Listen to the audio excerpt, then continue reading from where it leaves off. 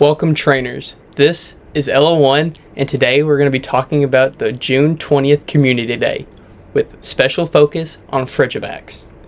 The core event window will be going from 2 to 5 p.m. local time with the following bonuses: 3x Catch Stardust, 2x Catch Candy, 2x Candy XL Chance, and a chance for a special background on the following Frigibax.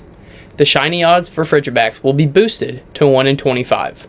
There will be an extended event window period from 2 to 9 p.m. local time. The bonuses will include evolving Arctibax into Baxcalibur to learn the legacy move Glaive Rush, and lure modules will be boosted to only spawn in Frigibaxes that can contain the special background up to 9 p.m. So let's get into the specifics of the hunt. The shiny odds of a standard community day will be 1 in 25. The IVs you want to be looking for are level 30, which will be found in the wild, of 1069, level 35, which will be weather boosted in the wild, of 1158, and from research will be 534, which will be at level 15. There's a chance for a background on all wild spawns, but lures, party play, and research have increased odds to reward a Frigibax with a background. Specific research tasks can always guarantee a background Frigibax, so be on the lookout for those. As with all community days, there will be a paid ticket.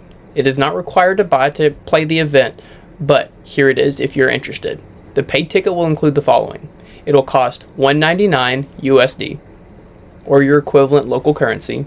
You're guaranteed 3 encounters with a shiny eligible background Frigibax, 7 extra encounters with Frigibax that are shiny and background eligible, 1 premium battle pass, 1 rare XL candy, and more.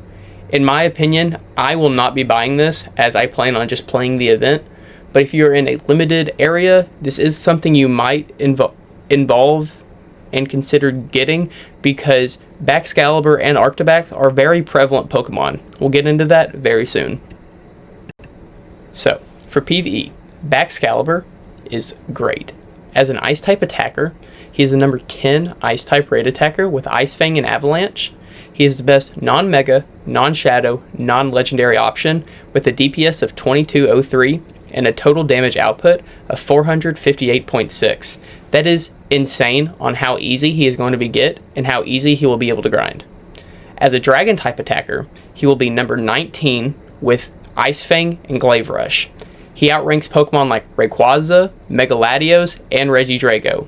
He has an estimated DPS of 2492. The reason it is estimated and we don't know for sure is because Glaive Rush is a brand new move that will be only his, and we have not seen it before.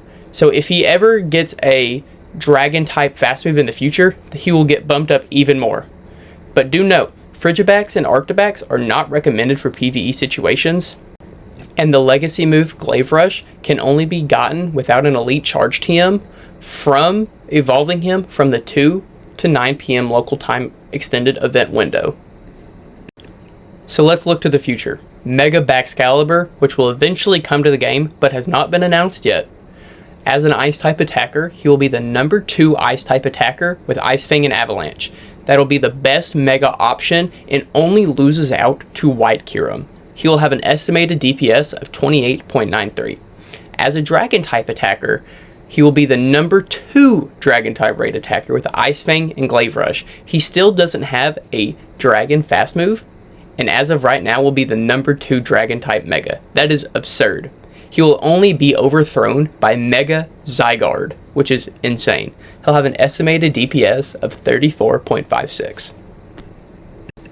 So, as a Shadow type, which eventually will get released to the game, he will be the number 7th Ice-type raid attacker with Ice Fang and Avalanche, being the best Shadow option with an estimated DPS of 24.97.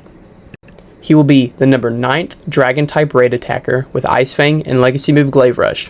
This is the best non-mega option and the best Shadow option with a DPS of 28.39. Now, you will not be able to turn one of the Baxcaliburs you get during this event into a Shadow, so you will have to hunt for a separate one, remove frustration during a Rocket Takeover event, and then use a legacy move to give him Glaive Rush, which is a lot of investment, but for the number 9th type, it might be worth it. So let's get into some PvP. Arctibax in PvP in the Great League will be number 207 out of 11 and 29 with a 0, 14, 13 IV spread with moves Dragon Breath and 2 charge moves Avalanche and Dragon Claw. In the Ultra League, he will be number 303 out of 831 with a 15, 15, 15 IV spread with moves Dragon Breath, Avalanche, and Dragon Claw. This is a very decent budget option because he will be very prevalent to get during this event. It might be worth, if you do end up getting a very good PvP IV looking Arctibax, to hold on to him just in case he either A, gets buffed, or B, you just need a good meta Pokemon, because he will be very budget and very solid.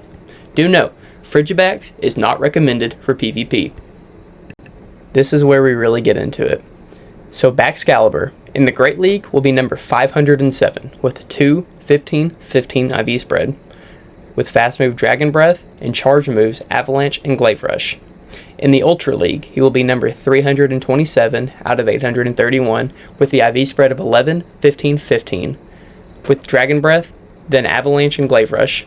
And then in the Master League, he will be number 83 out of 831 with the 15, 15, 15 IV spread with Dragon Breath, Avalanche, and Glaive Rush.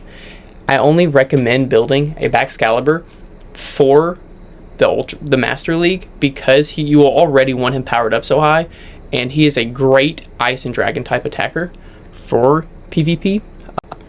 So just as some free-to-play tips, and you do not have to be free-to-play, you don't even have to be a low spender to use this. This is just my best ideas, my best thoughts and ideas that are probably more tailored to free-to-play players.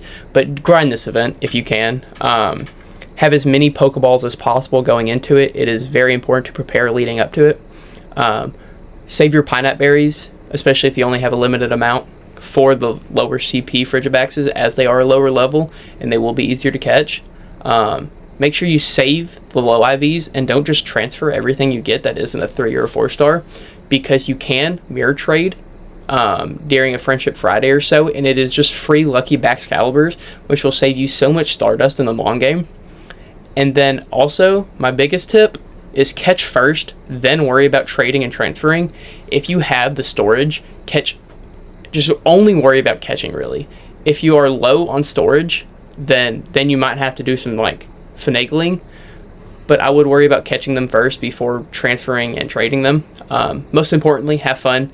This is a game. Just get outside and hang out with your community.